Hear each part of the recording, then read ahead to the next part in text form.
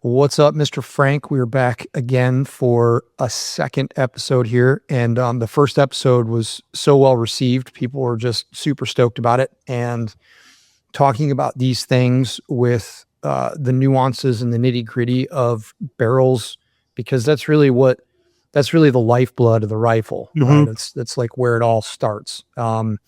So obviously the action has a role to play in there.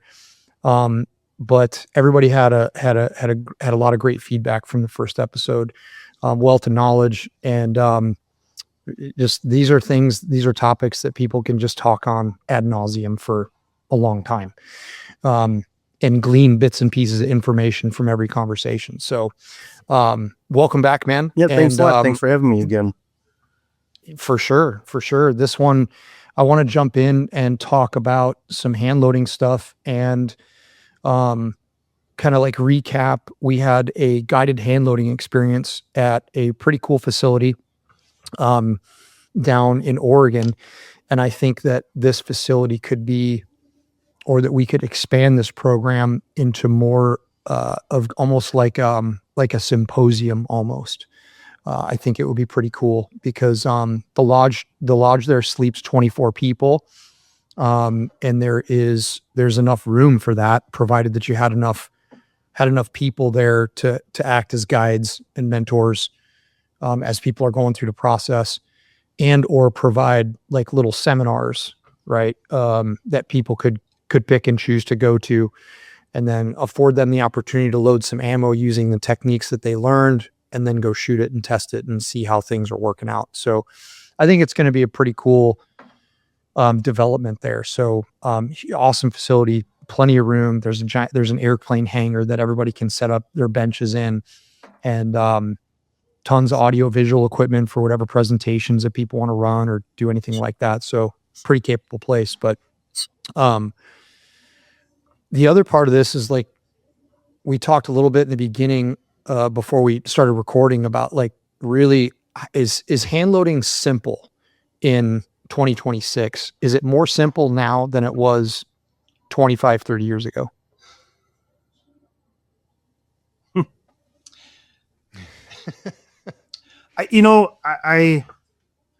You'll understand this. There's so many more products that keep coming out. And you made a comment, I think, right before we started. You kind of get into the basics, you kind of start doing it, then you get more in depth into it. But then I think each person's got to take a step back and they have to look at what really matters, what's important. And, what's important for a short range bench rest shooter might not be as important to an F-class guy or a PRS shooter or a guy just going out, prairie dogging or just using his rifle for hunting. I think some people get too hung up on stuff, and it's interesting when I talk to ammunition and bullet makers, and we'll ask questions about how do you do this or how do you guys do it. And it's kind of interesting that what you hear what they do, and they're testing accuracy of bullets, accuracy of ammunition and stuff, and the results they get. Then you see stuff on forums or people saying stuff, you just kind of go, that's the thing, what's really important. And I think, and I think it's like another one of those things too. There's 10 different ways to skin this cat. So, Right. But I want to say I see myself. I play with different stuff over the years, custom dies made to my chamber print or a sample fired case and stuff, and really nice to work with. They give you maybe,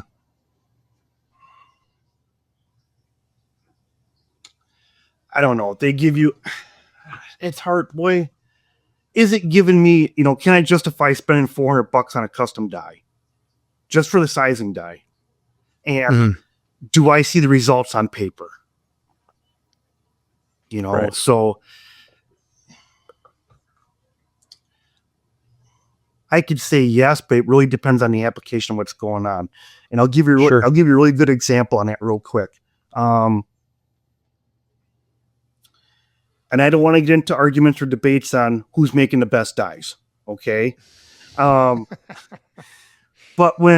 if you go on Sniper's Hide or Accurate Shooter, so a few years ago, I'll call it the 6.5 PRC necked up to 7mm, or the 7.65 PRC. It's one of the probably most popular calibers in F-class open right now.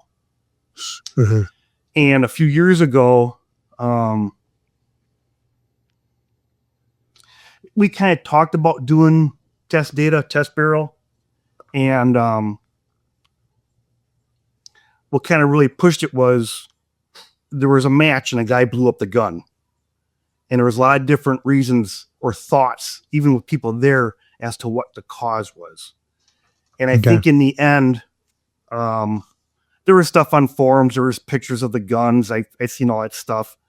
I think in the end, what was kind of thought of was it was either a wrong powder was grabbed in that one case, or it was just a catastrophic overload, or was there a squib load, was a round fired, but a bullet didn't come out of the barrel. And so I reached out to people in the industry, and I want to say I started with, I don't know who I started with, but I reached out to people in the industry, and one was Hornady. And I said, hey, if we make an ammunition pressure test barrel, we'll do all the barrel work at no charge, and I'll supply all the loaded ammo. And I go, would you guys do the pressure testing for us? We have actual hard numbers of what the ammo runs at, okay, pressure wise. And they said, yeah. We've helped them before in the past with stuff. They've helped us with stuff, and this was another one that we were kind of working together on. So that being said, Sierra donated bullets, Hornady donated bullets,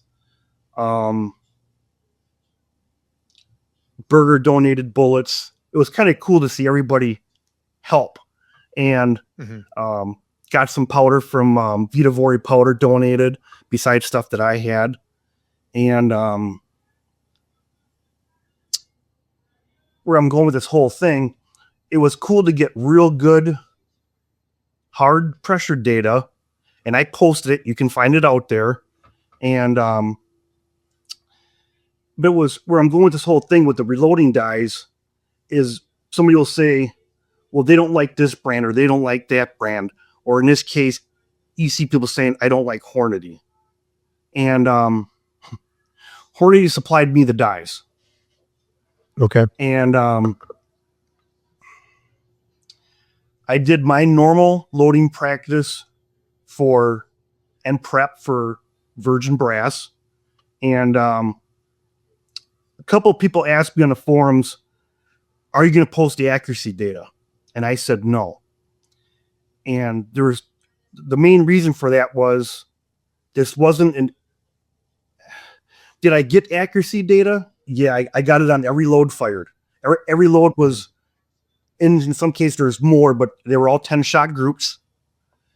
And I got all the accuracy data, and it wasn't meant as an accuracy test.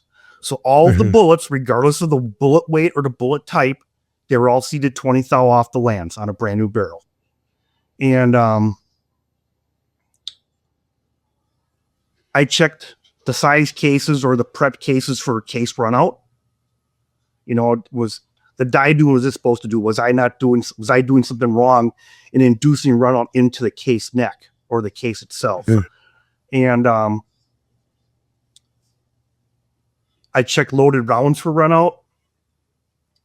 But what's interesting was with the triple nickel powder, the N555, and there was only 2 powder charges used for the 180, 183 grain bullets and the 198 tips. And what was interesting to see was if you look at the accuracy for all those groups fired, the difference was 60 thou. Out of all of them. Out of all of them. Out of all 3 bullets. Man. And what was interesting was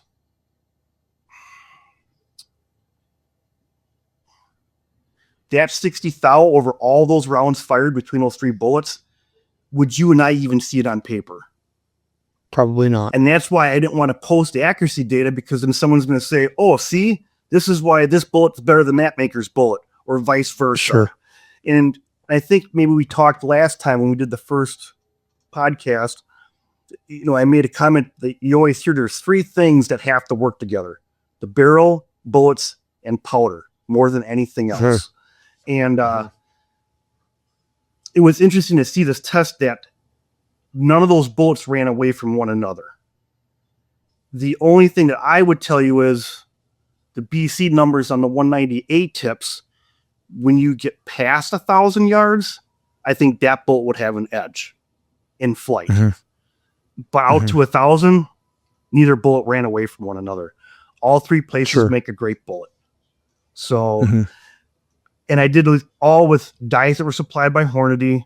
And I'm going to tell you, they're their standard dies.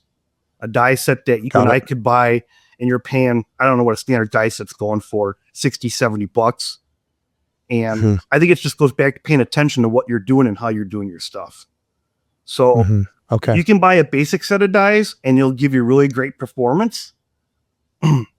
If you feel the need, I think, for a custom set or a semi-custom set, I think different die manufacturers offer different grades of dies too.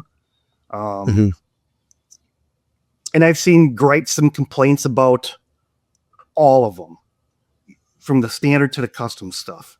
So, but it was pretty interesting to see that these standard set of dies, so those 3 bullets and that loads that were tested for just those 3 with the 1 powder, they basically were shooting 10-shot groups that were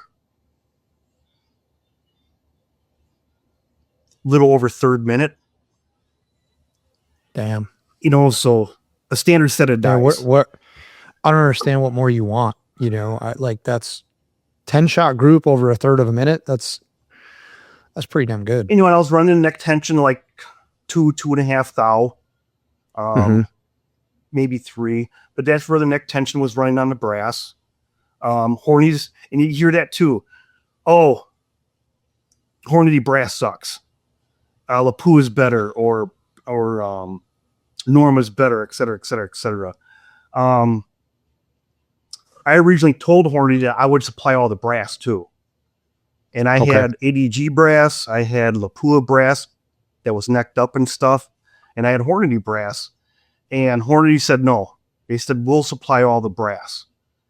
Because they wanted to know the lot number the brass came out of.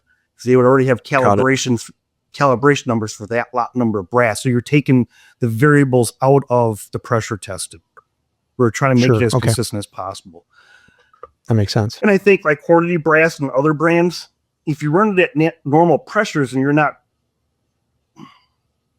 juicing it up, I think it lasts just as good as anything else. Guys can argue with me, but you talk some of the good BR shooters running Lapua brass, they'll tell you the way they're running their pressures and stuff, they'll wreck a brass case in 10 firings. So, yeah, I know. I kind of really got off on that, but I think, again, going back to the dies, it's what do you want? I think it goes back to sometimes it's a psychological thing. Agreed. If you think it's helping you, then hey, who am I to say it's bad or it's better or not better? Yeah. But I got dies. I got dies from Hornady. I have custom made dies from Hornady based on chamber prints, Redding dies, RCBS dies in different grades and stuff. So I would tell you the one custom die that I have was made by Warner Tool Company. Yeah. And I would tell you the dirt stuff is probably flat out the nicest. Got it. Typically they want 1 or 2 fired cases, only once fired, not resized. They take all the measurements off of that, and that's how they produce the dies. They make the die for that exact the chamber that's in your rifle. In my case, what I did, I have a 308 one and another custom 30 cal. We can just change once we have the whole die. And I didn't think about this. I should have brought the stuff upstairs. I didn't know we were going to get into this, but you can change the insert once you have the die body. You can just change the insert when they make you a new insert. So it's kind of cool that kind of like, is it kind of like Saks dies where they have like modular shoulder and neck bushings? Yep, you still have to use a neck bushing and everything. So yeah, like they've got a Creedmoor die right here. Like this Creedmoor die. This Creedmoor die will go, any of the Creedmoor cartridges for the body, and then all you got to do is pull apart the pull off the top cap here, and you pull. There's the bushing. There's a shoulder and neck bushing incorporated into one. Yep, and I have a couple. Right, so and I have a couple short action dies too.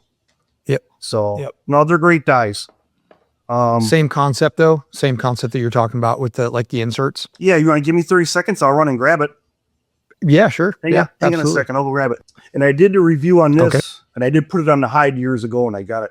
But that's the whole die. Okay. Instead of a standard 7/8 thread, like on our RCBS press, you take out that threaded insert that your normal die thread is into. This is a bigger thread. It's a bigger die body. So when you get into the bigger cases like the Lapuas, 3/3 Lapuas and stuff like that, you're not getting die flex. So you're getting better sizing on the cases and stuff. Yeah, okay.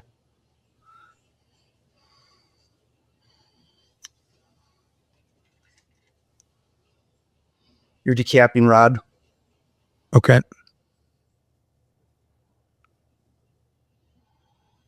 It's probably oily. It's probably stuck here.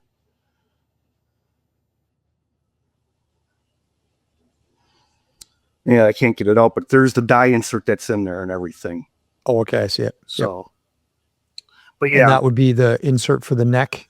No, I think that's the insert for the actual cartridge case. Oh, okay, I see it. Yep, got it. Wait, it's actually a little loose right now. Yeah, it's just the oil sticking.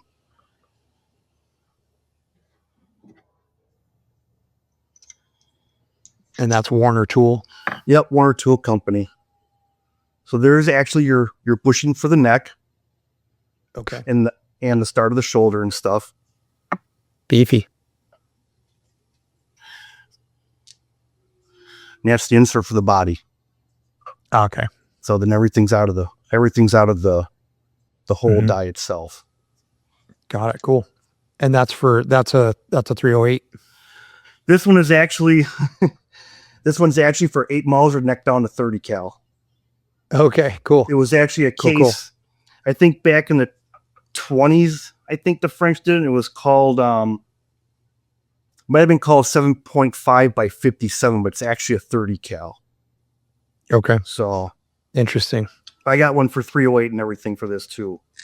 So once you buy the whole thing, then when you buy the different caliber inserts, you're not spending all the money on the whole die body and everything. Right. Yep. So, but I like it a lot. Is it giving me better than some of the other stuff? Not necessarily, but quality wise and how it works and everything, I don't have a single complaint about it. Sure. Right. Yeah.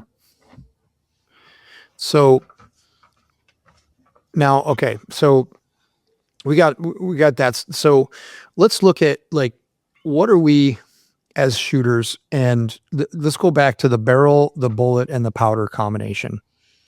And we touched on this a little bit last time about when we're looking for that optimal charge weight.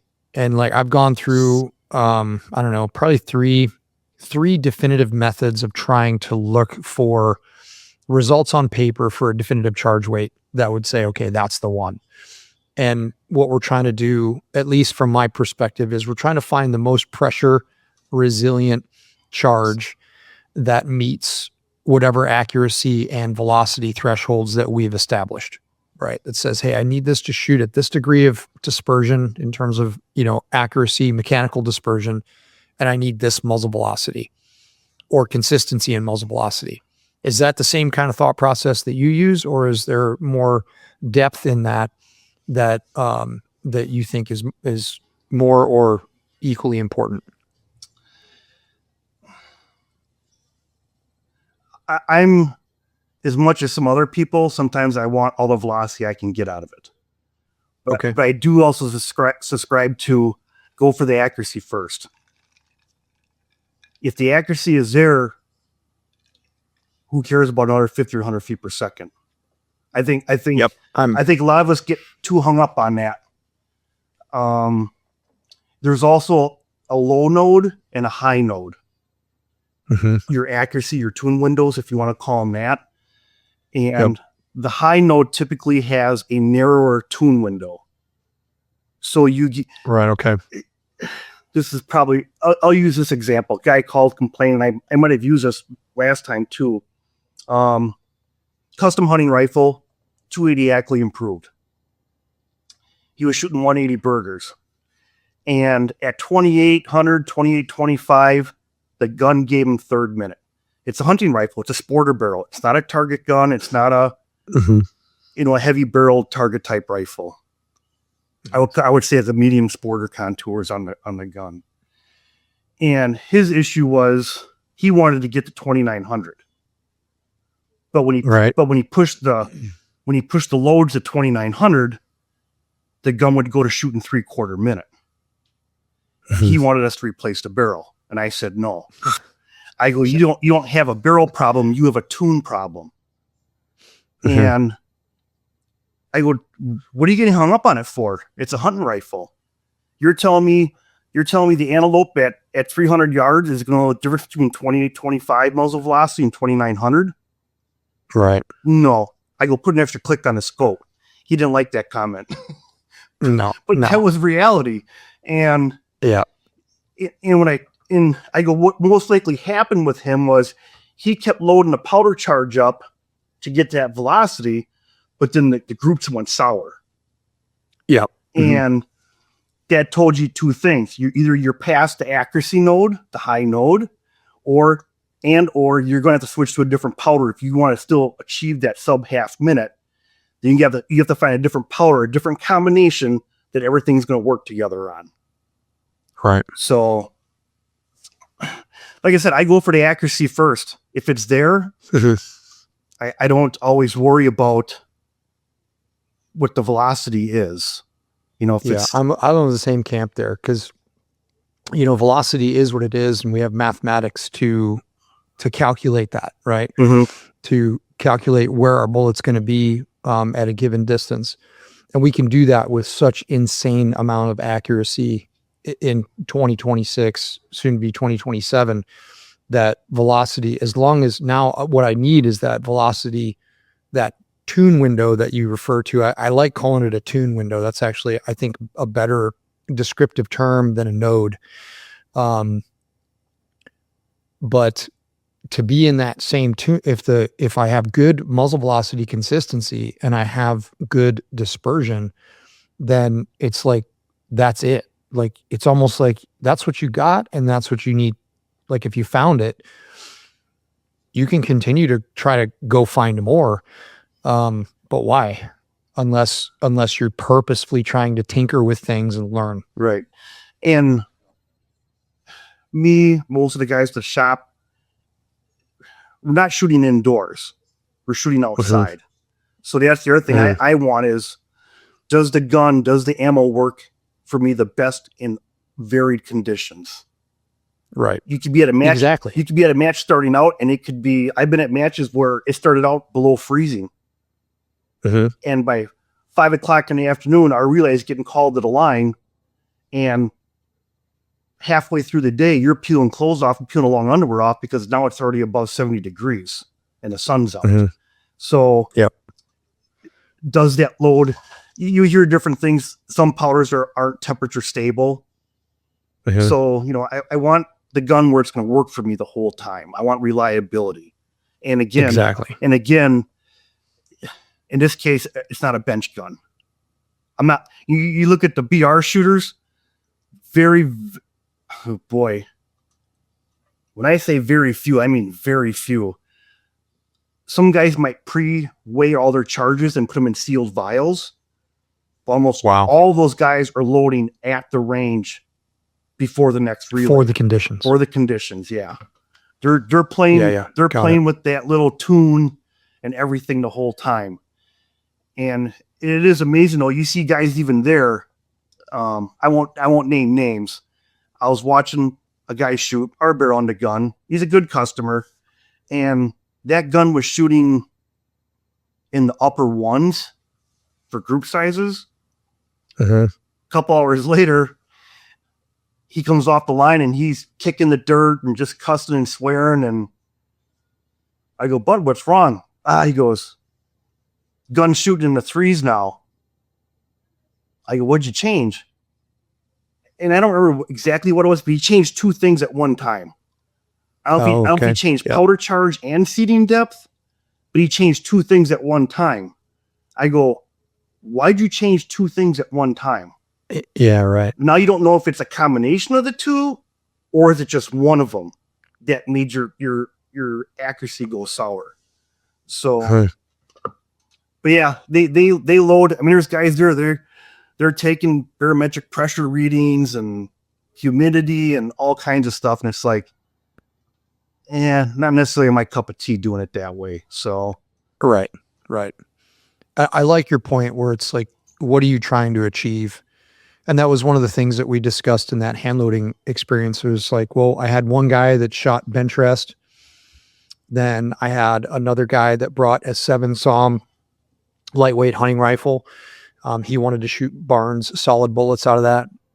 Then I had another guy with a 25 Creedmoor, had a guy with a 6, a couple of 6.5s. And so it was a decent spread of different types of ammunition. I was glad to have I had one guy with a 6.5 PRC, and everybody brought good solid components. I was a little bit nervous on what we were going to expect for results with the solid bullets. Just sometimes those things can be real finicky to shoot. But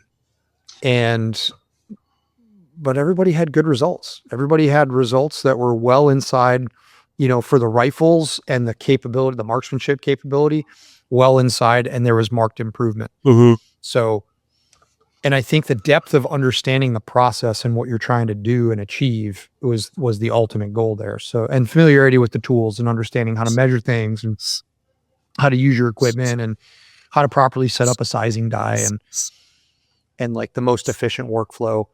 So what do you think from there's a graduation or an improvement in chamber design? And I'd kind of like to talk to you about that. Is that like when people say, hey, with modern cartridges, let's take seating depth for an example. I guess my perspective on this is like seating depth adjustments. Have seating depth adjustments always been, even with like Sierra Match King bullets, have seating depth adjustments always been something to focus on? Or like when you started loading, Frank, was it like, hey, we pick a seating depth and we shoot it and we just adjust the powder charge, and if it shoots, it shoots, and if it doesn't, we find either a new bullet or a new powder? Or have you messed with seating depth a lot? Typically on a new gun, I'll start my stuff, depending on the bullet or what I'm using the gun for, I'll start at 10 to 20 off the lands. 10 to 20 thou. Okay. Mm-hmm. If you go out there with a load you picked and you're whatever seating depth you started with, if it shoots like gangbusters from the get-go, I mean, you'll know. The good gun, you'll know what it's doing right away. Yep. If it's shooting like gangbusters right away, I'm not going to monkey with it too much. Right. If you are going to change it, that's the other argument that people will do. Well, do I change the increments in 3 thou, 5 thou, 10 thou, right, et cetera, et cetera? What's moving the needle? What's moving the statistical needle there? So, a friend of mine who passed away about 2 years ago, he was a big time Palma shooter back in the day, and then he moved into F class and FTR, and we were talking about bullet jump. And I go, John, his real name is John. I go, he was, even though he was a Palma shooter, he was jamming the bullets 20 thou into the rifling. Okay. And I go, John, I go, do you try running them off the lands? You see, there's that old hearsay saying that the bullet's closer to the, okay, maybe I'm going too far there. There's an old saying that the bullets touching or jamming a rifle and shoot better than jumping. Yep. I've heard that too. I'm going to tell you that's not true. Mm-hmm. I've seen guns, bullets, combinations up to 60 thou off the land shoot better than touching. Yeah. So anyways, John and I were talking about it, and he took his hand press to the range. He seated all of his ammo long. He started with 20 thou into the lands, and he would shoot 10 groups at a time off the bench at 1,000 yards. He wasn't too worried about too much about the wind conditions. He was watching the vertical. Mm-hmm. And I think he got up to 40 thou off the lands, but at 20 thou off, he went from jamming the lands, the gun shooting 3/4 minute for vertical, and when he hit 20 off the lands, he was down to 3rd minute. Got it. And he goes, I wouldn't have believed it if we wouldn't have talked about it, and I wouldn't have tried it. He ain't running that thing 3rd off the land or 20 thou off the lands until that barrel puked on him, basically. Right. So, right. No, you also hear people say, hey, I gotta get the dogs out of the room here. No problem. Guys, out, go, in your spot. So,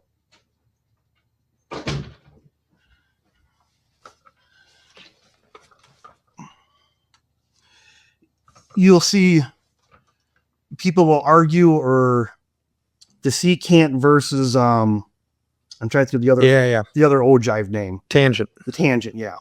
One wants to be jammed. And it was kind of neat because there was a discussion on accurate shooter years. Might have been Bentra Central.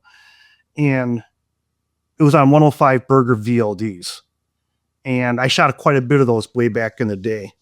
And I said, no, don't jam them. Run them off the lands. I'm running my stuff like 15, 20 off the lands. It was an across the course bolt gun. And it was pretty neat because Eric Stecker actually saw the thread from Burger Bullets at the time, and he jumped in on there. And he goes, try up to 60 thou off the lands. He said the same thing. He was jamming them doesn't mean it's going to, that's what they want. And sure. And again, I think it goes back to the gun and feed the gun what it wants to feed or what it likes. You just gotta play with it, But do you think that looking for the optimal seating depth was perpetuated by VLD bullets because of their I guess finickiness when it comes to their seating depth? I don't think so. No, you don't think so? Okay. I don't think so. I think that just goes back to old Bentra stuff. Got it. The old wives' tales. Sure. I think. Okay. I think that's where that seems goes like back to. When I got super serious into letting on, I was like, okay, well, like when the 6.5 came out and I started shooting more, getting away from 308 and jumping into VLD bullets and learning, okay, how do these work and what's the best practices for them? Even the Burger load manual talks about, hey, these bullets can be very sensitive to seating depth changes. And so they provide recommendation, hey, jam them 10,000s, run them here. And I want to say the manual says use a 40 thou jump increment, move them 40,000s to see what results you get. And I've always asked myself, what is the mark of where can we identify that we're actually moving the needle here with an adjustment range? Can you see something? We were talking about, could you tell if it was those 3 different bullets that you were talking about with the 7 PRCW, 60 thousandths difference, right? Can we really see that? Right. And is it the same thing with seating depth? I adjusted my seating depth 5 thousandths of an inch and, they definitely do this. Or Like, do you think that that's there, or is that kind of like in the noise, or is that related to group size, or how do you feel about that? Sometimes I think it's in the noise. Sometimes Okay. I do think it is there. I think the other problem shooters have, they don't take a big enough sample lot. Yeah, right. You know, okay, so you loaded 20 rounds. If you shot 4 or 5 shot groups, however you're doing your testing, are you doing 3 shot or 5 shot? Did you do a big enough sample lot to verify what you're seeing? Or were just 3 of the groups just flukes, really good? Mm-hmm. And Mm-hmm. you as a shooter weren't putting your shoulder into the gun, you were pulling the trigger right, you were catching the wind changes, yada, yada, yada. Sure. It's also interesting to see talking to ammo makers and bullet makers when they do testing. One of the things you'll hear is it's not just group size, but they watch BC numbers all day long. Mm-hmm. Every round fired. If they see a blip in one bullet and the BC number's off, Mm-hmm. they said it's almost a guarantee that's round's going to blow the group. Sure. Yeah. I mean, But now if we look at what caused BC it, is, right? right. So BC is directly related to stability and size and shape of the projectile, right? So there's either an anomaly with that particular bullet in size and stability in comparison to all the rest of them, right? That would cause that blip in BC. We're like, wow, what happened there? Yeah, totally. Because, you know, you said in the beginning too, it's like what's important to 100-yard bench rest guy is not important to 1,000-yard bench rest guy or a PRS guy, right? Like 100-yard bench rest, dude, you know, we can deal with extreme spreads that are, you know, that are up there as long as the gun is shooting in the dispersion characteristics that we want or that we need. And we've seen that before, right? We've seen loads that shoot really, really tight for mechanical dispersion. And then you look and you're like, those velocities suck. Like that's going to potentially pull me off a minute of angle plate, you know, at distance. And that's unacceptable. I can't have that. So then we got to search we got the good accuracy, group size, but now we got to figure out, okay, now I need to calm that velocity spread down. Mm-hmm. So in an instance like that, let's say you have that scenario. You're like, man, I got good groups, but my velocity is not where I want it to be in terms of not necessarily speed, right? But the spreads. Your extreme spreads. And yeah, your extreme spreads. So like, do we just leave group size or leave seating depth alone, knowing that seating depth yielded good accuracy, good group size? And then do we fluctuate the powder charge to go to a higher tune or lower tune to try to find that sweet spot of velocity stability? Yeah, I don't know if I have a good answer for any of that at all. Yeah, it's tough. It is tough. The other thing, going back to sample sizes, because we're talking extreme spreads. You'll see guys will say, "Oh, I shot 5 rounds and my SD was my extreme spread was 13 and my SD was 4." Okay, because we've had customers tell us, "Oh, well, this one sticks in my head. It's 6.5 PRC." Yeah, okay. Well, you should be able to get an SD of 4 all the time. Okay, says who? He heard the guy heard something somewhere. Right. And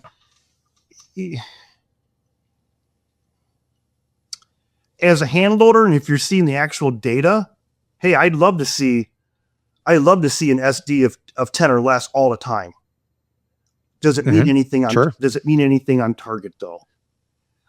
What's really neat is if you go to some of the F-class matches, like where they have the electronic targets, and you have the little screen in front of you, it plots every shot. Right. It shows you your value, and they also will show the velocity for each round fired. And I got them at work. I'm trying to think of what else they'll show, like I don't think it'll do SD or anything like that. But what's interesting with that is So you're at an F-class match and you're firing 20 rounds for record. Let's say you get 2 sighters. So you get 22 rounds on your little data sheet or your scoring thing that's coming up that you can watch. And there's been times where I fired a round. I remember this with my 284, my last 284 Winchester barrel I had on a gun. You fired a round and you go, oh crap, because the velocity and stuff came up right away. There's a 10, 20 second, 30 second delay before your round plots on the target and stuff, and you see it. And I remembered, dang, that was 50 feet per second slower than the rest. Now, if I did everything right and the conditions weren't messing with me, you think that round would be slower, it'd be a low round on paper.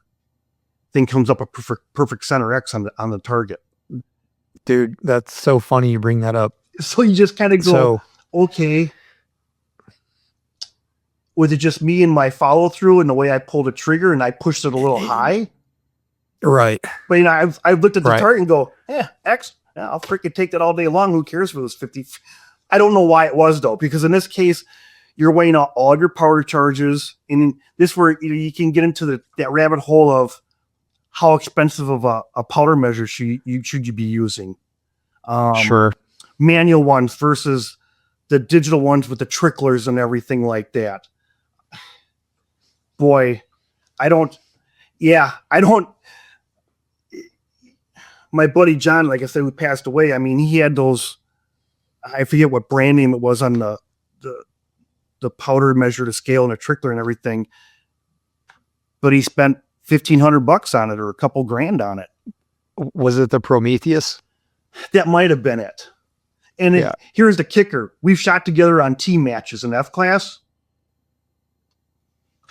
And I would tell you, overall, he didn't outshoot me. If he did outshoot me, he was a better wind reader than I was. You know? Fair enough. But it didn't make him his overall gun and stuff, his shooting ability better than mine. You know, that's where versus what I was using. And it was I mean, with these Hornady scales, right? I got these Hornady scales here. Yep. I see it. I could throw 10 charges on the Hornady scale and then put it over back here on the FX120i, and they'll throw just as accurate as that FX120i. And when I did all that load data for the 765 PRC testing, that's what I used. I used the Hornady. And in some cases, I would take it over to an older scale and stuff I have, and I would just double check the charges if I questioned anything. But I threw all that stuff with in there. And if you look at some of those, I might email you a couple of sheets just so you can see what they look like. Sure. But you look at it and it'll tell you here was the average velocity, here was the high, here was the low. It gives you extreme spread and everything. And you look at it and you kind of go, dude, you know, an SD of 13. Like I said, you put 22 rounds on target. I think people get hung up too much in the SDs and the extreme spreads. I agree. I'm going to tell you, if you're, and guys will probably yell at me for this. I've had loads where the SDs were in the low teens and your extreme spreads are probably low 20s. Mm-hmm. And you could clean the target with that load. It would not let you down. Right. Ask Mark at work. He's a hardcore bench rest shooter. He will tell you he actually achieved getting his SDs down to 0. The gun actually shot the worst. Really? Yep. He said it actually shot the worst. And so no kidding. Yeah. He said it actually shot the worst. He actually got the SDs down to 0 and the gun shot the worst. Why? I don't know. But it's just right.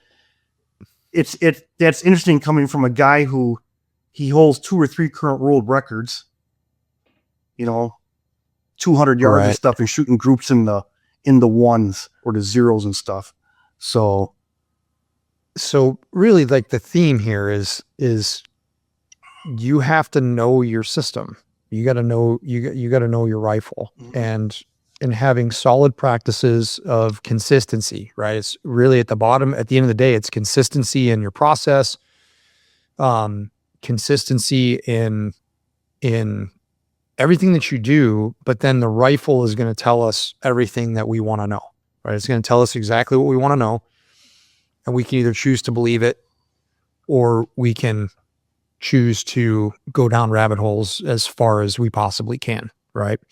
So some people like doing that. Some people are all about that shit. They want to go as deep as they possibly can and they don't care.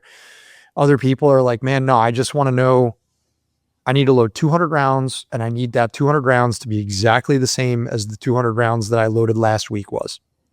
Right. So, I mean, like I've got 4 barrels here from this Accuracy International that are all Bartlines. And they have all shot the exact same load. Every single one of them, exact same load. No change, no nothing. Talk to, other PRS competitors. Nick Godarzi, he's like, I haven't changed anything in dozens and dozens of barrels. Nothing. It's the same stuff. Mm-hmm. I haven't changed the die.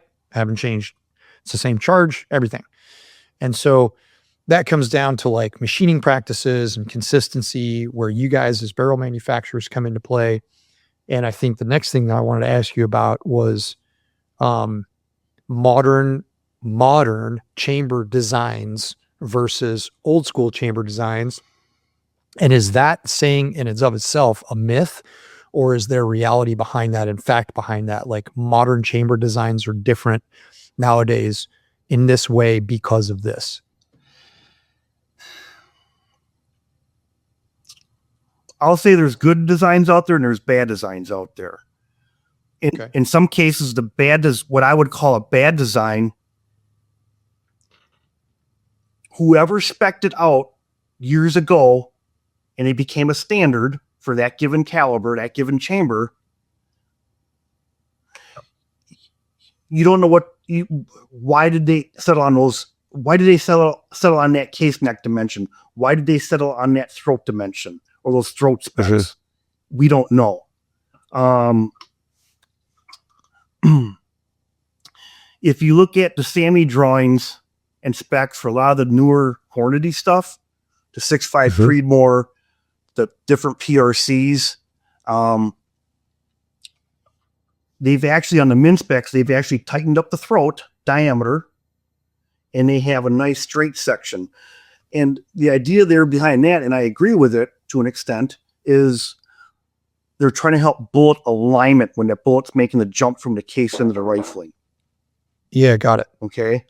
I think at times this is one of those areas where us shooters who are going to have our own chamber reamers made, you're going to say, I'm going to make it better. I'm going to make it tighter. Well, Caylen, you call me up and you go, hey, Frank, I want to order a barrel, blah, blah, blah. I want your chamber install it for me. Can you do that? Yeah, we do that. What do you want? I want a 6BR chamber. Okay. I want a match version. My first question back to you is going to be define match. Right. What does that mean? What does that mean to you? Because what it means to you and what it means to me could be two night and day different things. Okay. I'll ask you, are you looking for a tighter neck? What, people call a no-turn neck? Do they want a tighter neck where they have to turn the brass to clean it up? They want to, clean up the run out or make the wall thickness more consistent and stuff like that. Do they want a shorter, tighter throat? Do they want a longer throat? You'll hear of people that want to make the base diameter of the case tighter. And everything I've learned, making that base dimension tighter and tighter, it ends up working against you. It'll give you function problems and stuff. So they and I did bring, because I know you wanted to talk about this. Mm-hmm.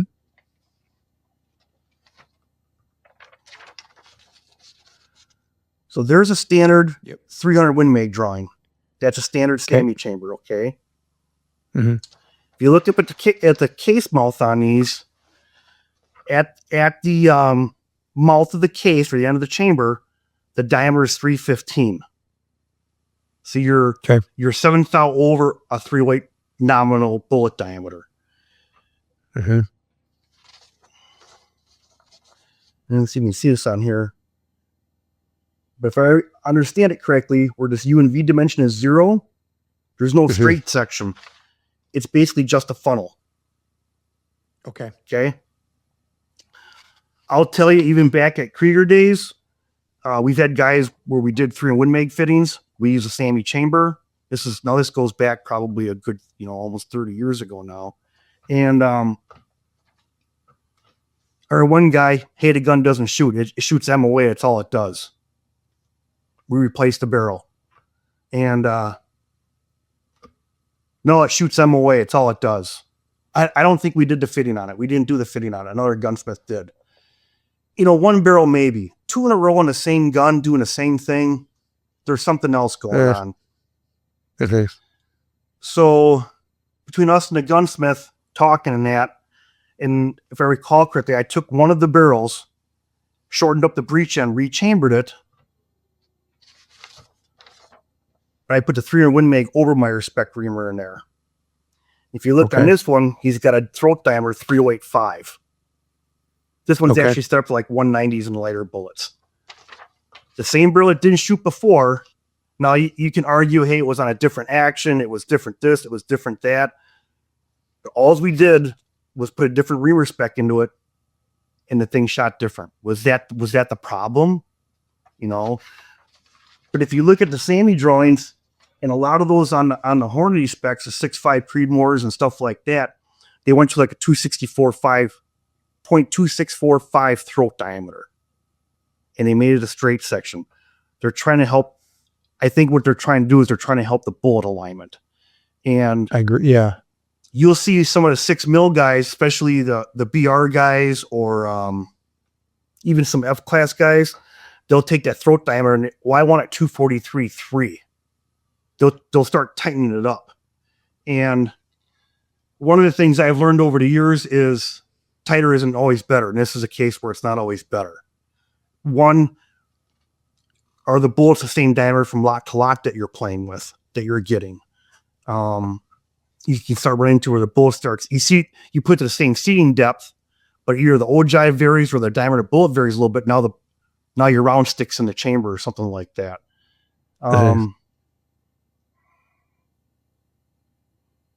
other thing you got to think about too is, especially when you get into more Magnum type calibers, or if you take a 308 case and you neck it down to a 243. In essence, the same case capacity, but you've turned it into a Magnum round.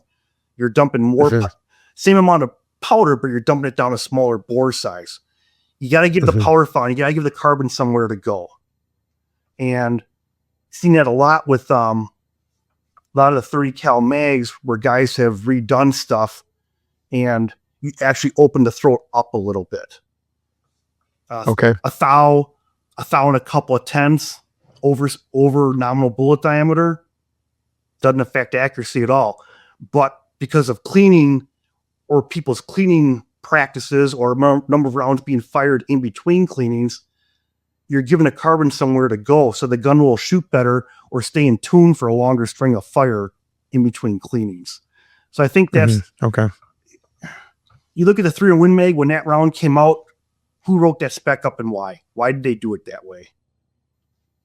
I don't know. Yeah. I don't know. And I can still say some of that about some of the stuff nowadays being done is why did they do that? Who thought that up and why? So, but yeah, having a good throat diameter, and length.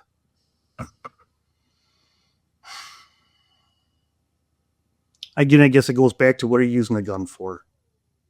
Are you going to run box ammo through it? So I don't want to say the custom reamer designs that we have at the shop, we might have a reamer design that, hey, this works good for box ammo, but the guy's going to hand load too. But it'll run box ammo and not stick a bullet. Got it. And then we have stuff that we have tight, short throats. You want a tight, short throat and you're going to strictly hand load for it? We might have a reamer for a given caliber that'll do stuff like that. And then we have the SAMI spec too. But yeah, it gets pretty interesting when a guy says, I want a match chamber, going back to that, define match. What do you want out of it? Right. So match chamber, like for people, like there's no real layman's terms to that, is there? Is that a headspace dimension or is that a throat dimension? Um, freebore dimension? Like what does that mean? Yeah, like I said, And tight that's a great neck, no question. turn neck. A lot of my 308s, other than changing the throat spec, the case dimensions are all standard. I'm not necessarily making the neck area tighter or smaller or anything like that. Guess what? The guns run fine. Right. So, and It's the throat diameter. and I won't say the ammo maker, bullet maker that does testing, but their standard 308 stuff they use for testing, they're actually using the Obermeyer spec reamer chamber for the bulk of their stuff. You know, like bullets like 180 grains and lighter. They might have a different chamber for some of the longer, heavier bullets and stuff like that. But it's pretty interesting to see that they're running just a standard Obermeyer chamber. It's a standard case dimensions. And they're getting stuff that'll shoot quarter to third minute when they're testing bullets or something like that. Sure. So, what about forcing cones? What about the angle of the junction of the rifling to the throat? pretty much I would say what is given as a standard for a match type stuff is a 1 degree 30 minute. Okay. But I've shot stuff that had 2 degree 30 minute, 3 degree. Honestly, I couldn't tell a difference. Couldn't tell a difference. No. Right. And were those different? Were those sharper forcing cone angles harder or more difficult to tune for? I don't think so. Or was it tomato? I don't think so. Yeah. The other thing I think we all have to keep in mind too, depending on the caliber, chamber, and stuff like that, how fast is that throat going to wear and change?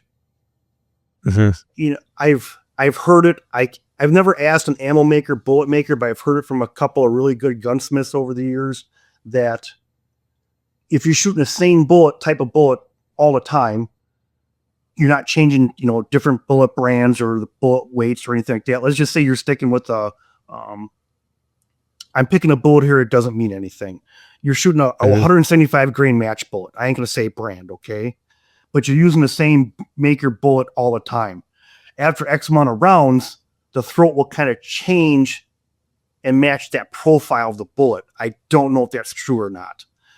I will say wear wise, I will say the wear will be more at the 6 o'clock position of the chamber in the throat. All your powder and stuff, your unburned stuff, or I shouldn't say burnt powder, but carbon particles and stuff, everything's laying down at the bottom at the 6 o'clock position of the barrel. I don't know if that's true or not, but I kind of do believe that. It's kind of my opinion. Okay. Based on what I've heard and stuff over the years. So. Yeah, okay. I tried to bring stuff that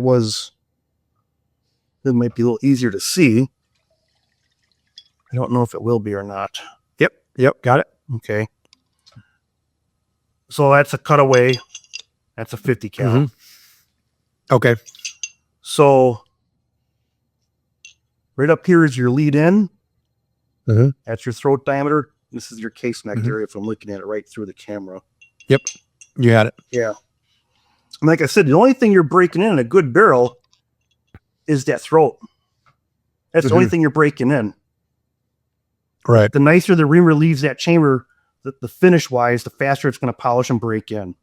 This one might look like it's scratched up and stuff. It's always just from the stuff going in and out all the time. Yeah. Yeah. And if you look at it, this is a new barrel. You can see it's basically bare steel there. Yep. So it's interesting too. I brought this along with me also. You'll hear people say, well, I don't like cleaning down the bare metal because they think it's going to give them an accuracy problem and stuff like that. If most people really knew what it would take to clean down the bare metal, I'm going to tell you more than 90% of the shooters out there, they don't clean down the bare metal. They just don't do it. They think they're doing it, but they're not. So here's a cutaway. Remember I told you about the barrel that it went over 14,000 rounds and still shot half minute or better when it finally puked? Yeah. This is the cutaway of that barrel. Okay. And when I got the barrel back from the bullet maker, we looked at it and we had it wire EDM cut in half. There was no cleaner, nothing done the way we got the barrel back. Typically they clean the barrel after every 50 rounds fired. Okay. If they were pushing it, they would go 150 rounds in between cleans, but typically 50 rounds fired. And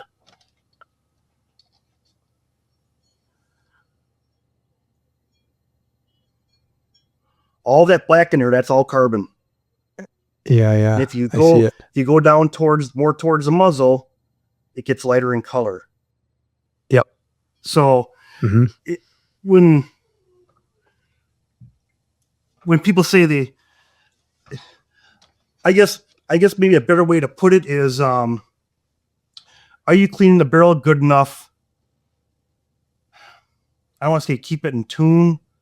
What should be instead of, are you cleaning it so you're maintaining it? You know, I don't, like I said before, I think we talked about in another podcast, you can let the barrel go too long. Some people say, well, I don't clean it until I see an accuracy problem. Okay. You can do that. But if your normal cleaning routine is 15 minutes or half an hour, yeah, you can clean it and you might see it shoot good for 15, 20 rounds and then it goes sour again. You didn't clean it good enough. You're not maintaining the system. Understood. Yeah. So, yeah, I don't think if you really are going to try and clean a barrel down to bare metal, you're going to be working at it for days. Oh, okay.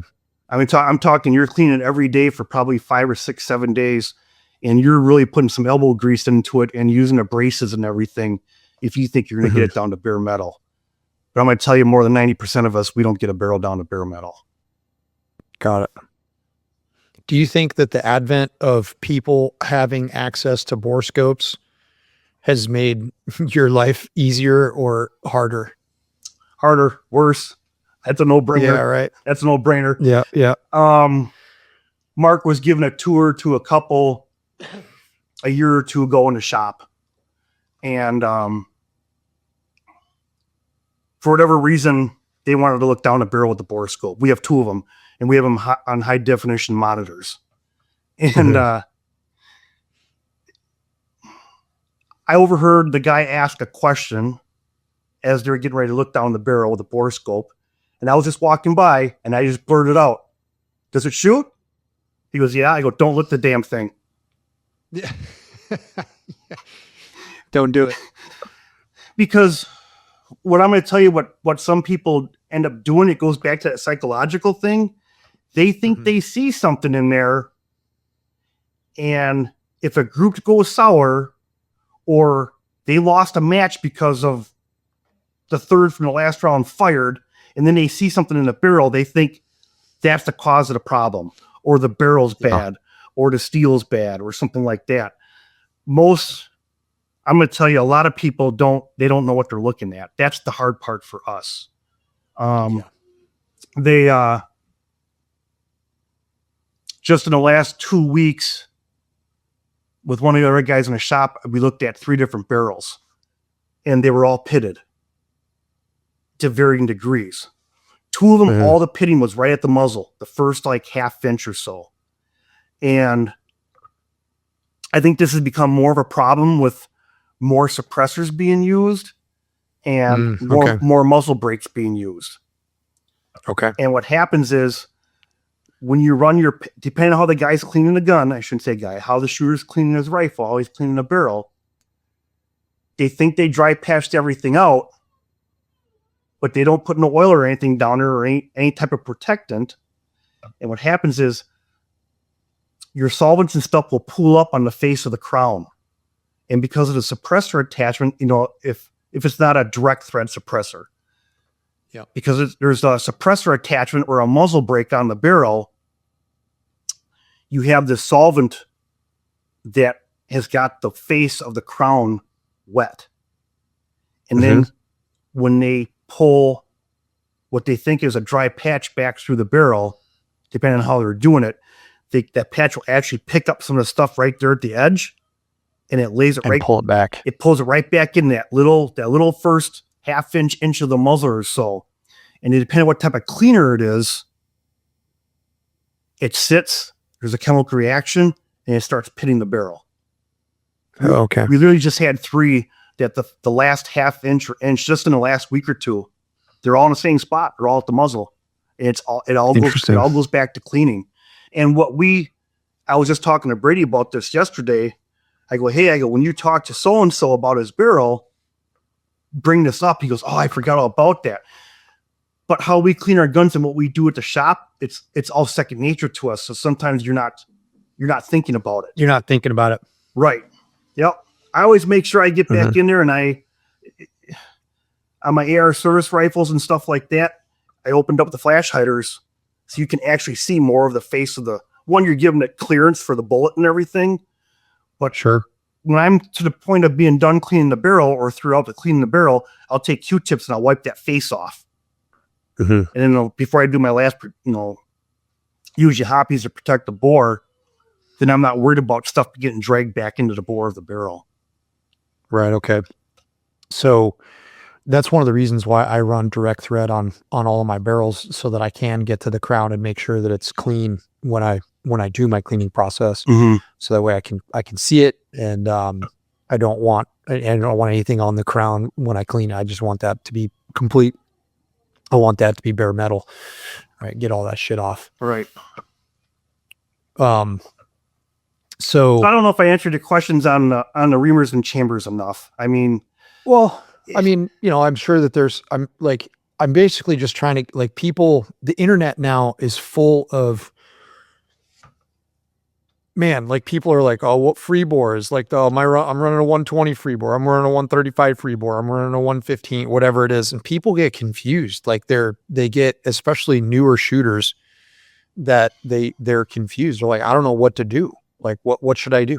Like, what's, in the freebore length, I think that really goes back to what bullets are you shooting? Right. Where do you want the seating depth? That's kind of a question that individual has to answer himself, and hopefully with some help and good guidance if that person doesn't know what to look for, what to ask.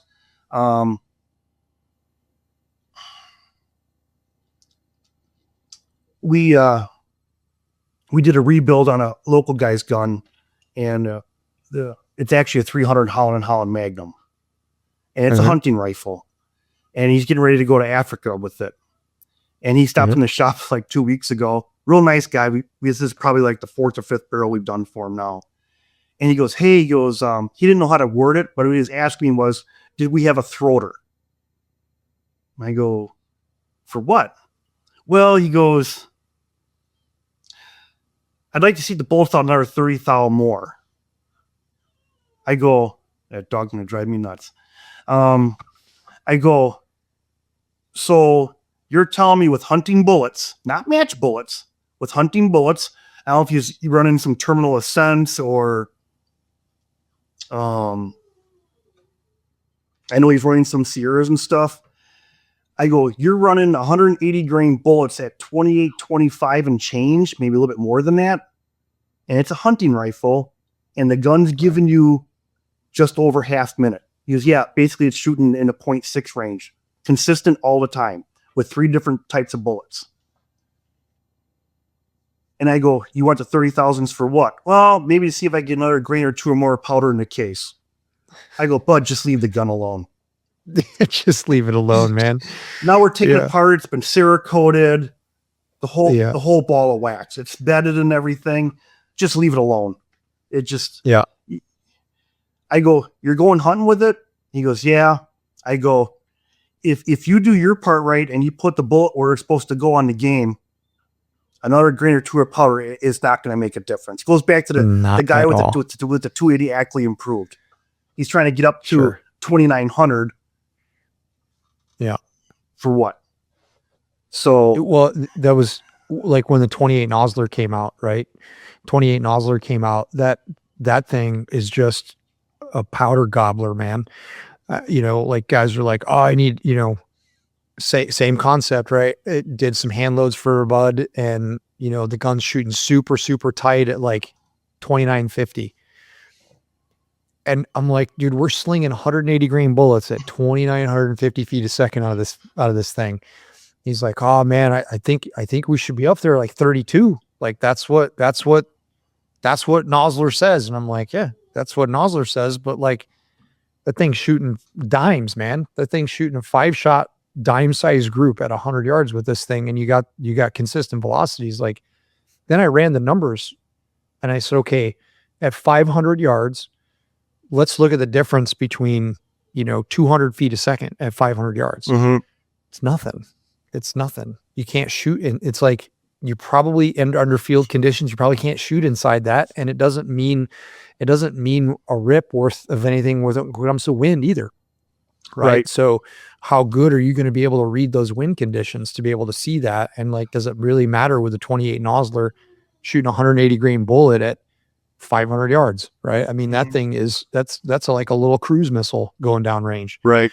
So, the thought process behind this, then you do things like cartridge comparison conversations, and,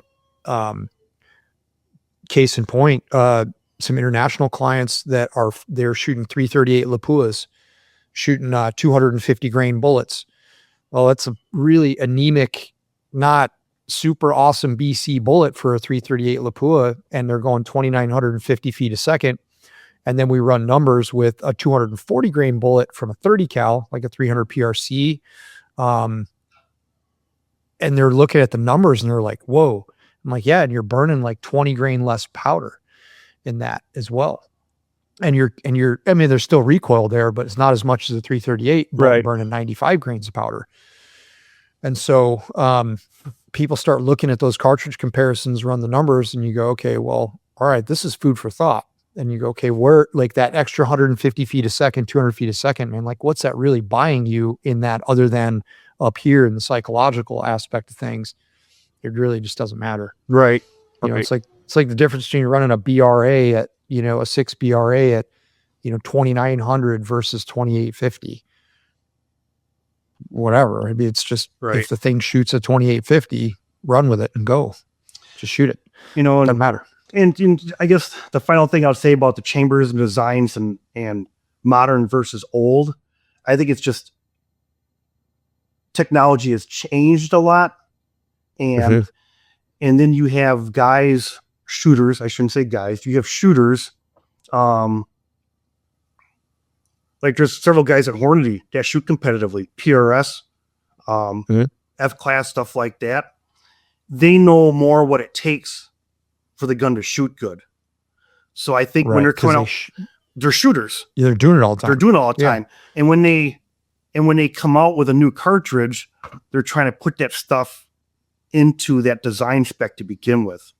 Like I said, versus when 30-06 came out in 1906 or the Win Mag in 1963. I think that's where a lot of they've learned so much over the years. So, yeah. Now, last time we were chatting a little bit. Now we're on the subject. I have a BRA and I have a 6-dasher, and the interesting thing is that the 6-dasher is a significantly shorter neck than the BRA, and that was something that you mentioned in an email to me. What are your thoughts? Like when it comes to the dasher and the BRA, is it tomato, or because I mean both those rifles shoot insanely accurate. Like they're both lights out, right? So it's just like, hey, pick one, and they're both going to shoot that 105 grain bullet at 2,850 feet a second, and they're just going to make little tiny holes, right? So, when it comes to the BRA and the longer neck, does that negate the long neck? Because you look at the 7 SOM versus the 7 WISM. I went out to a rifle match. I shot the Steel Safari in like 2013 or something. And Ray Sanchez, he only dropped like 2 shots in the whole course of fire over 3 days. And I was like, dude, how the fuck did you do that? And he's got a 7 wisdom. And that was when I was exposed to the short action 7s. Hadn't been exposed to them. And I was like, yo, what's up with this? And he's like, yeah, it's a 7 wisdom. I'm shooting 180 grain bullets at like 3,000 feet a second. He goes, yeah, this thing, I don't really have to worry about too much about wind and like my range estimation. If my ranges are off by, 10, 15 yards, I'm fine. Right. It still helps because it's so much more flat. And so then I was like, okay, well, that's what I'm going to build one of those things. I'm going to learn it. And I bought the receiver, the bolt face. I got a Mousing Field receiver and then a barrel, and bullets and powder. And then I realized like, oh, WSM brass at this point in time is completely unattainable. Right. Like nobody could get it. And then I'm like, well, I have this short action, rifle action. Now I got to do something with it. And I don't want to do 7-08. So what do I do here? And then I discovered the Psalm. And so the Psalm, I heard that people were saying the Psalm is going to be a little bit better, marginally better, right? A little bit, because it's got a longer neck. And then you look at the BR compared to the 6 Dasher. Yeah. And you go, okay, well, you would think that the BR would outshoot the Dasher as a result of that longer neck, but they shoot the same pretty much unless you have something different. What are your thoughts on that? The only thing I would say that from sources that I could believe in is that, like, I'm comparing the Dasher to the BR or the BRA case, the Dasher is a little more temperamental. Now, is it because of the neck length? And that seems to be kind of the belief. And I don't want to get crucified by people for saying that. But I had a Dasher. It was great. I guess I couldn't complain about it. Sure. It's interesting. One of the bullet maker guys in the lab, the ballisticians, he actually ordered a 6 mil barrel from us. And I cut the order today. And I just asked him, what are you using it for? He shoots competitively. He's going to be a mid-range F-class gun. And I go, what are you going to do it in chamber-wise? And just a straight 6 BR. Yeah. He's no Ackley, no nothing. No, I'm pretty sure he's played with the Dashers in the past. And he's got a 6 BRA that he loves a lot. But I know he's shot the 6 BR a lot too. And, one of the advantages that he has, he can test his gun in an underground tunnel in controlled conditions. Got it. Yeah. So he sees things that we don't necessarily see on a daily basis. And, he said he's pretty sure he's just going to do it in a straight 6 BR. Not to 600 yards. 6 BR is just as tough to beat as anything else, unless it's super windy out. Then the guy with a bigger caliber, a bigger bullet's going to have the edge that way. But he's doing a straight 6 BR. So, what does that tell you? The guy's been in the bullet making business for 30 plus years. He knows a few things. So sure, but I think that's some of the arguments with the long neck versus short neck. From what I gather, is that the short necks tend to be more temperamental, or can be more temperamental than a longer neck. I think that also goes back to how much bullet is seating in the case and stuff like that too. Right. Yeah, absolutely. So the interesting fact about this is that, I have a Dasher here, and then I have a BRA over here, and the BRA nor the Dasher will shoot 110 grain bullets really well. It just won't shoot them really well. Now, granted, I haven't tried it with the different powder. This is all with Varget. I haven't tried like 4895, or I haven't tried any of the Vitivory powders. But neither of those rifles will shoot the 110s really well out of that chamber. But man, the 105s just absolutely just smash, right? It's just like you put that in there, it's like the easy button. What twist is the barrel? 7.5. I'm going to tell you, twist ain't fast enough for the 110s. Okay. So jump up to a 7 then. Yeah, the BRA I did a straight 7 on it. Say straight 7. Yep. Okay. And you shot heavy bullets out of it then? Primarily the 107 Sierras. That thing just pounded stupid little. I mean, I actually got a picture of the target saved on the computer at work. First or second time out with the gun, I don't think the barrel had 20 rounds on it. 10 rounds in a row, and it shoots like a .369. Got it. 9 of those rounds were just a ragged hole, you know. So here's a question for you. I have a 6 Creedmoor, and a 6 Creedmoor load that I have it's shot in like 6 different barrels, right? So I've got an Action International stock Bartlein barrel, cut up by Wintac, and that's a 1 8 twist, or no? It should be 7.5, I think. 7.25. Yeah, okay. That's a 7.25. Okay. Yep. That thing shoots, and I've got a 7.5 twist, several barrels 7.5 twist, and that 110 shoots lights out of that 6 Creedmoor. Is that because it's faster? Even though that my twist rate is is that because it's faster? Velocity plays a part. It's not huge, but if you're on the ragged edge of being stable, sure, a little extra velocity can help you. Okay. Got it. And it's funny that we're talking 6 mils because I won't name names. I just asked one of the bullet makers a week ago, what twist were you recommending for this new 6 mil bullet? Okay, that's the other thing I guess I was going to ask you too.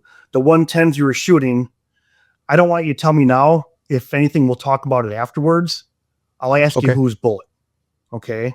Okay. Over the years, there's been 110s. I actually have some prototype 120s. They don't shoot. These were from several years back. So I think technology has also changed and caught up a little bit more, and they're really pushing the envelope, especially with 6 mils. And you look at the new 6 mils, the 116 Sierras, the Berg got the 120 out, the 120 and stuff. Yep. I've been hearing some stuff about the 120s. Okay. And I seen a video where Brian Litz put out about the new 120s. And he said, 7.5. You should go a little bit faster, but the 7.5 is fine, blah, blah, blah, blah. And so I put the question to the one bullet maker. We were talking about these types of bullets. I won't say the bullet because that'll give it away. And I think what he told me was in confidence too. And what twist do you recommend for this bullet that you guys make? He goes,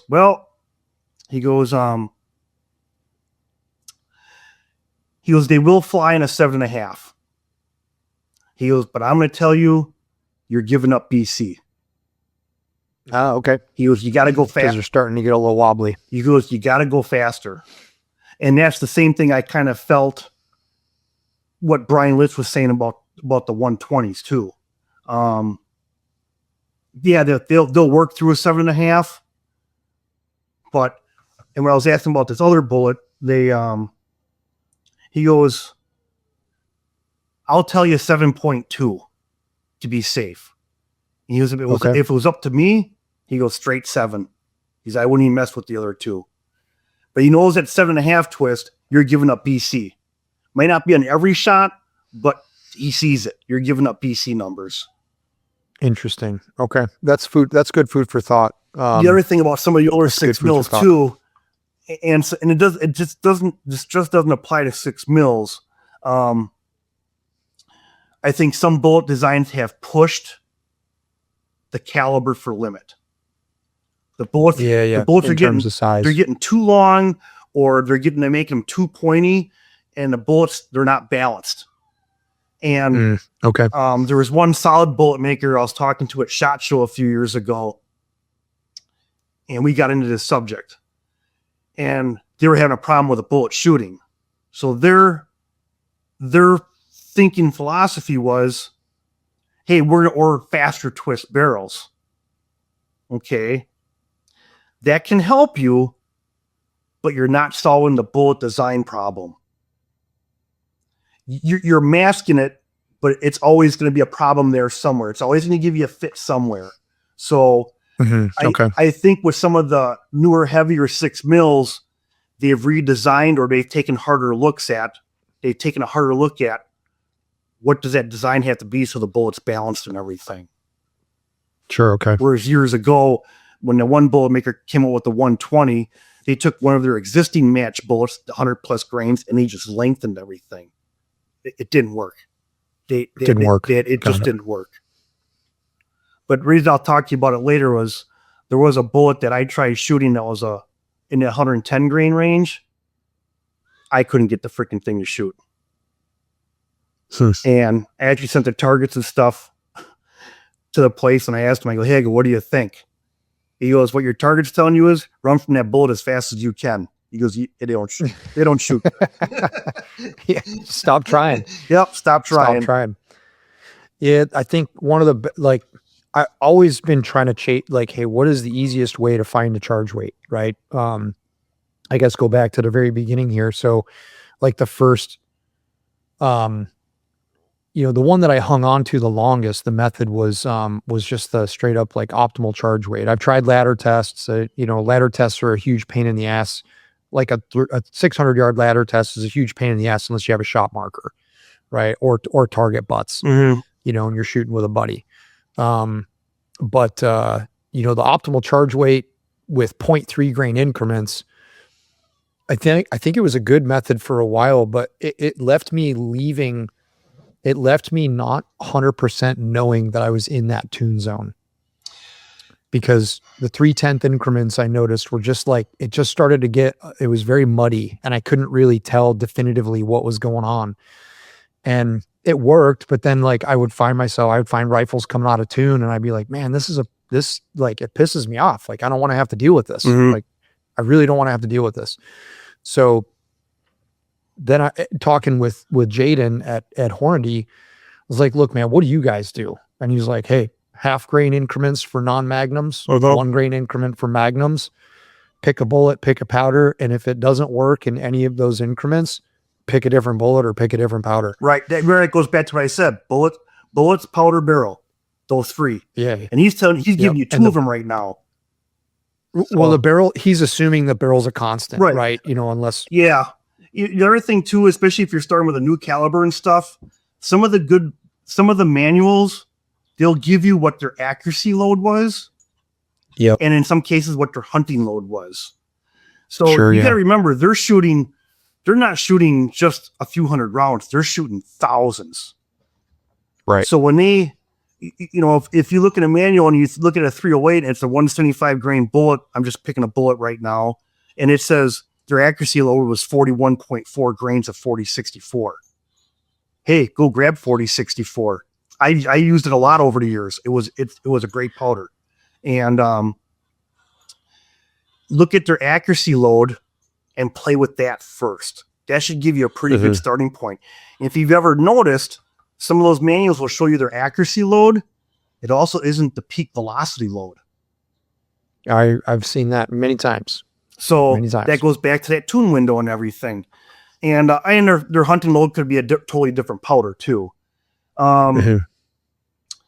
A good example, you were just talking about Jaden and stuff. I ain't going to go through the whole story. We shipped an accuracy test barrel out in 338 cal. And the bullet maker and I have been going back and forth on it and stuff like that. And they were getting it fitted up last week to the accuracy rig.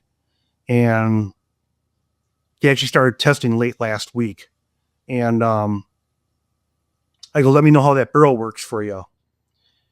He goes, I just picked a known load that we had, and it shot instantly, minute or better. These aren't lightweight bullets. These are heavy loads in the chambers in 330 Lapua, which is, it can be a difficult round to get to shoot good. And He goes, but we don't have a lot of that powder. So he switched to a different powder. And literally like an hour or two later, he goes, yeah, it's not talking my language yet. He wasn't giving up on it. It wasn't giving him what he wanted to see. So guess what? Yeah. They didn't change the powder charge. He changed the seeding depth. All of a sudden, the whole thing started coming to life. So I don't know what's more important, the powder or the seeding depth for tune. Right. Again, So they all have to work together. But it was interesting, that one and another one where it was actually 30-06. It was our barrel and test barrel. And he goes, couldn't get it to shoot with known loads that they had. And it wasn't shooting bad, but it wasn't, and this was for hunting bullets. It wasn't for match bullets. And it was for hunting ammo. And if I recall correctly, they ended up, he knew it was in the load. He knew it was in the tune. He goes, it's not the barrel. He knew it was in the tune.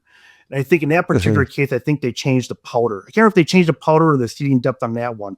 But it was just a couple real recent examples in the last couple of weeks where both times all they did was change the seeding depth. And the thing went to shooting night and day differently with the same powder. now when you say that, what increment, or did he say? He didn't say. I'd have to ask that question. He didn't say. But it goes back to the example I gave of my old buddy John. He was jamming the bullets 20 thou. He did testing up to 40 thou off the lands. When he hit 20 thou, the gun went to shooting third minute. But as he got deep further off the lands, he got going back to 3/4 minute of angle again on how the gun shot. Yeah. So we went in and back, we went into tune, then out of tune. Right. And he ended up settling on 20 thou, and he ran that thing like that until that barrel puked on him for him. That was his old Palmer rifle. And I Got it. think he was shooting, I don't know if he was shooting Sierras or Burgers, but it was a 155 grain type bullet because that's the rule for Palmer. It can't be over 156. Got it. Interesting. Yeah, all this stuff is fascinating, man. So I guess the last question I got for you for this one, Frank, is when it comes to pressure, have you been able to identify or know, have you ever been able to quantify a pressure window to a tune? I'm going to say no. Okay. Interesting. Damn, that's interesting. Stuff that I've seen personally, and I've also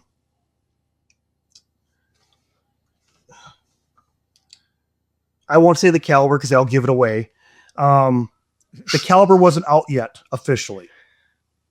Okay. And I was deciding on that caliber or a different 30 cal for my new F-class gun. Big Magnum round. Okay. And I go, so I ended up doing the caliber that it technically wasn't available. They gave me brass. I still have a bunch of the brass that's got no head stamp on it. They call it ghost brass. And gun shot great. Shot 3 different bullets through it. The gun would hold third minute at 1,000. And I ran powder charges anywhere from 74 up to 78 grains of powder. And I knew what the velocity was and everything. So I asked him, hey, if I send you some of my loaded ammo, would you run it through the pressure test barrel? Well, I knew the pressure test barrel and barrels that they were running, they were ours. He goes, yeah. He goes, send some down. So I gave him all the information with the loads. I sent several different loads down to him. What was interesting was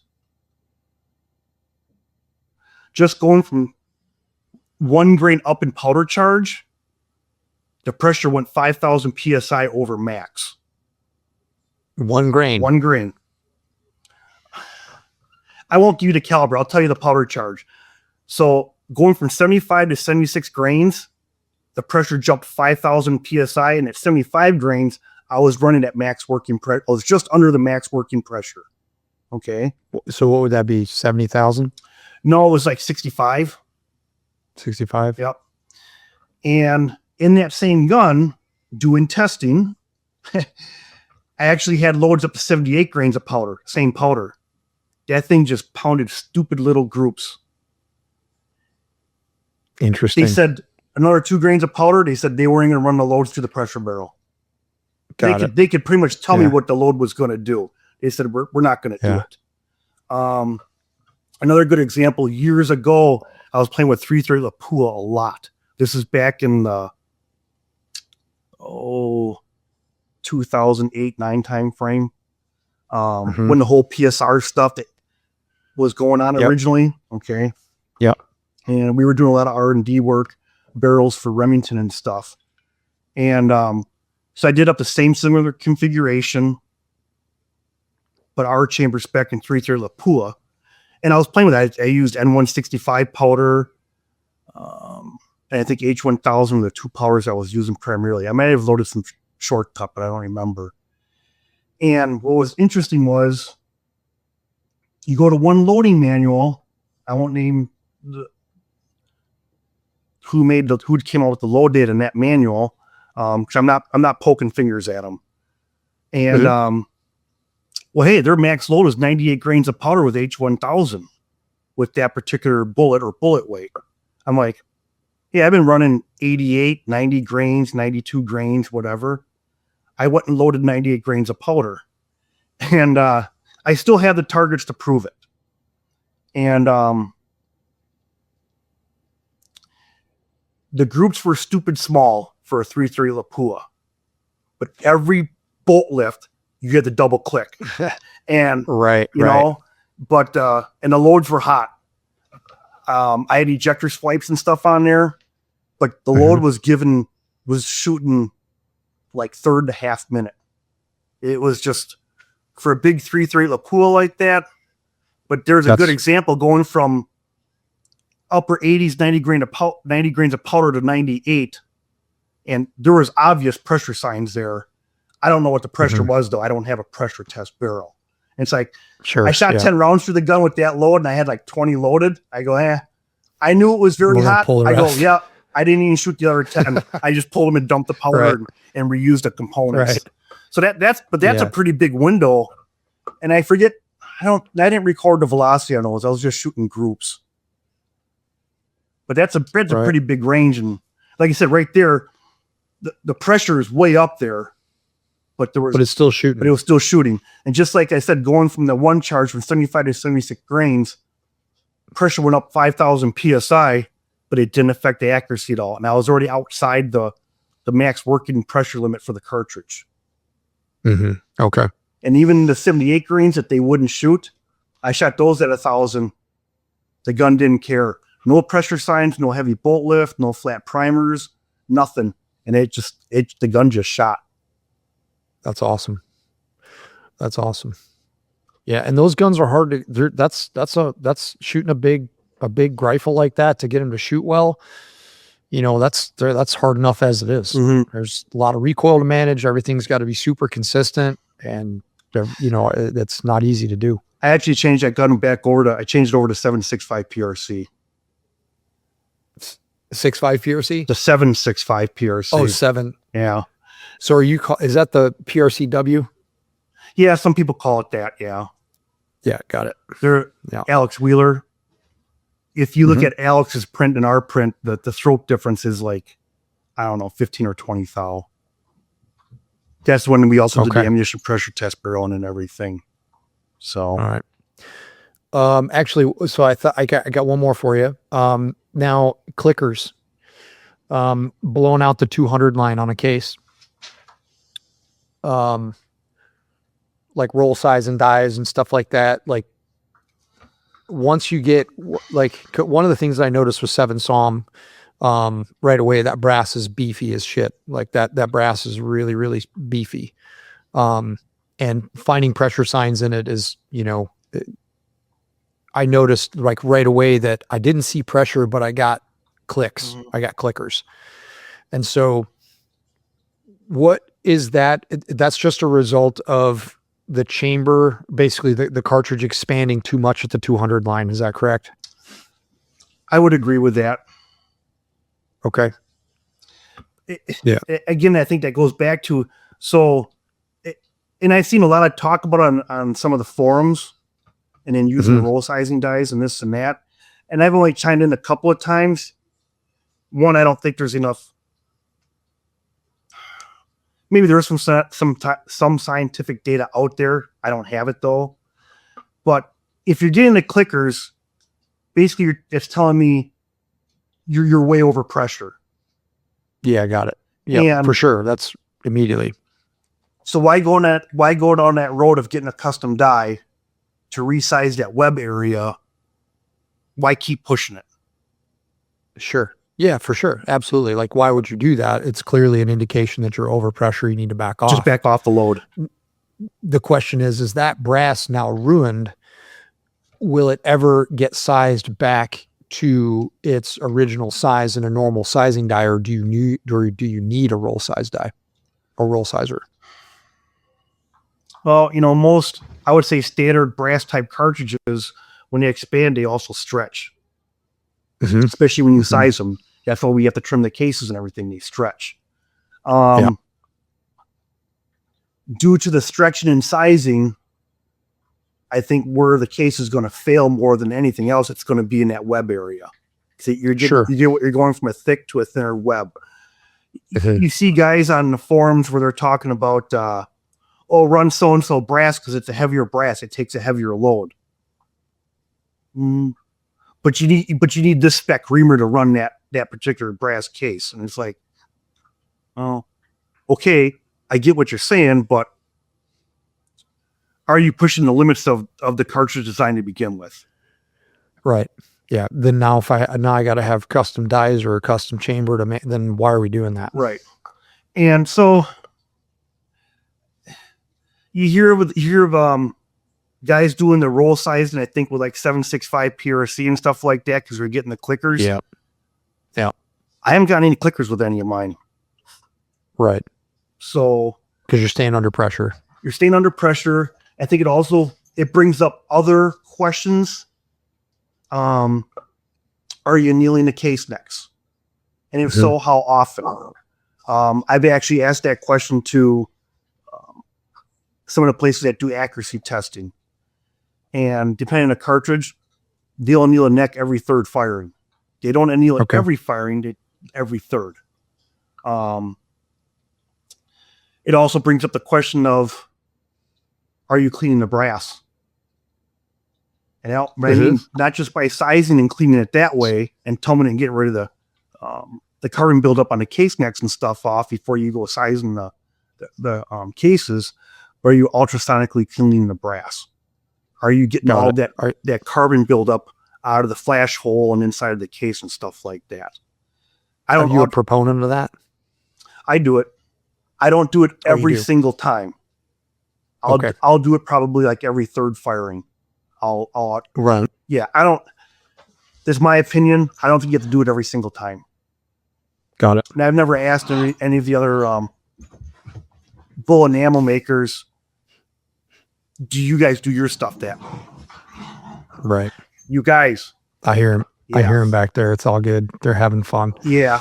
And the other thing I would tell you about stuff like that is, so like when I loaded all the ammo for that 765 PRC testing, it was virgin brass. I did just to make sure that the primer pockets, I didn't did I uniform them?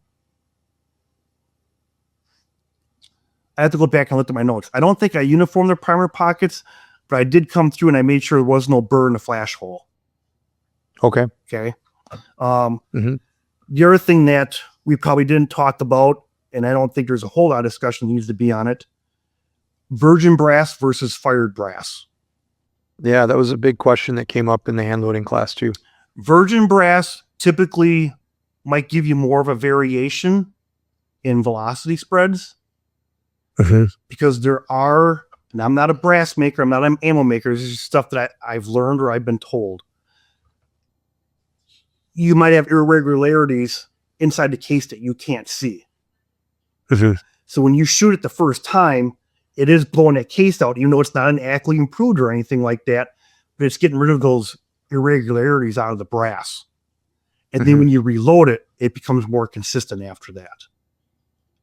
Right. One of So the things that I tell people to do with virgin brass is just mandrel the necks and make sure that your case mouths are, chamfered so that way you can get a bullet in there without scarring it up. yep, that's the other thing I did with that stuff too. Because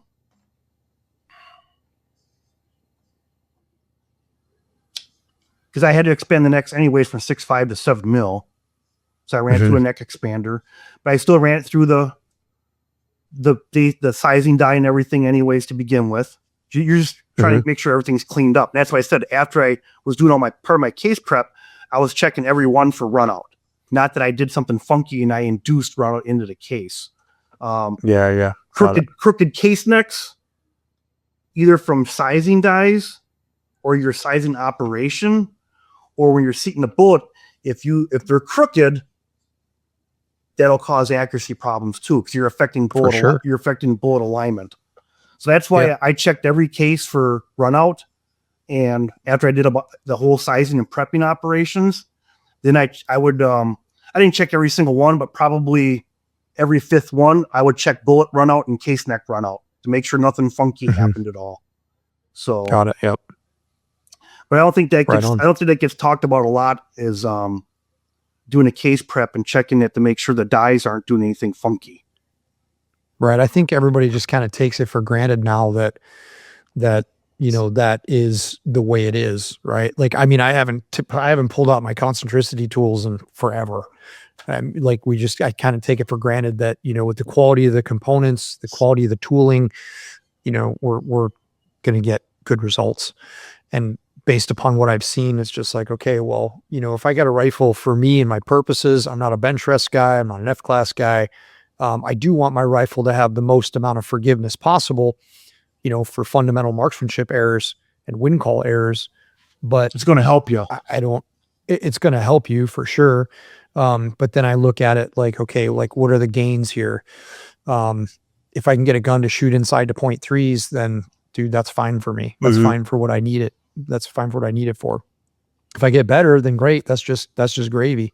But, what is the next, like, if I wanted to get more out of it, how much more am I putting into my process in terms of time and energy and attention? And is it worth it in the long run? Right. Yeah. I had like one of my students, he was asking me about a press or a scale. And he was trying to wait for the newest, latest and greatest scale. And I was like, look, man, like you got one scale over there that throws to the 10th of a grain. Why don't you just, if you want to speed up your process, like that's getting you to a 10th of a grain, no overages, no problems. Why not just buy another one of those scales so that way you can have two running and go in, speed up your process of producing ammunition to the same standards in terms of charge weight. Like, why do you don't really need to spend all of that money? You already have a tool that's doing the thing for you. And I think, like, I get it, marketing, we're all trying to sell products. We're all trying to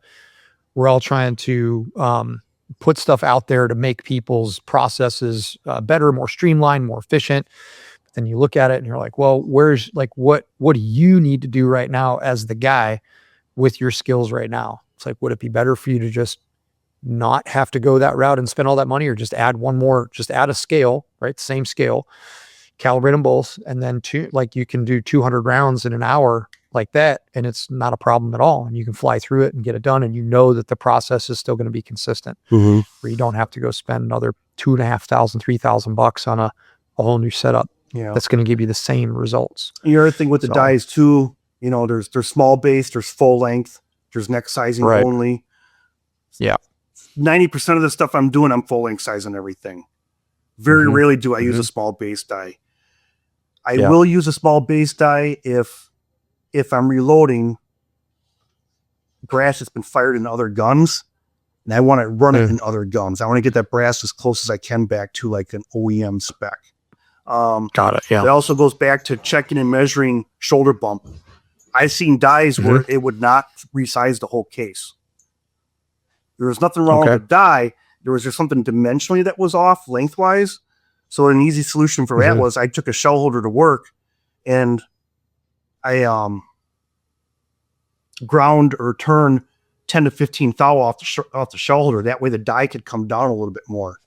Further down. Further right. down, and all of a sudden, boom! All of a sudden, now it's sizing the whole case, and I can bump the shoulder and stuff. So I'll typically Right. run, you know, 1.5 thou, 2 thou bump on the shoulder. Again, I'm going for Mhm. reliability. Yep. As long Yep. as the brass works, it's not sticking, it's not giving me a hard effort on closing the bolt. That's what I'm Mhm. after with that stuff. Sure. Yep. I'm with you on that for sure.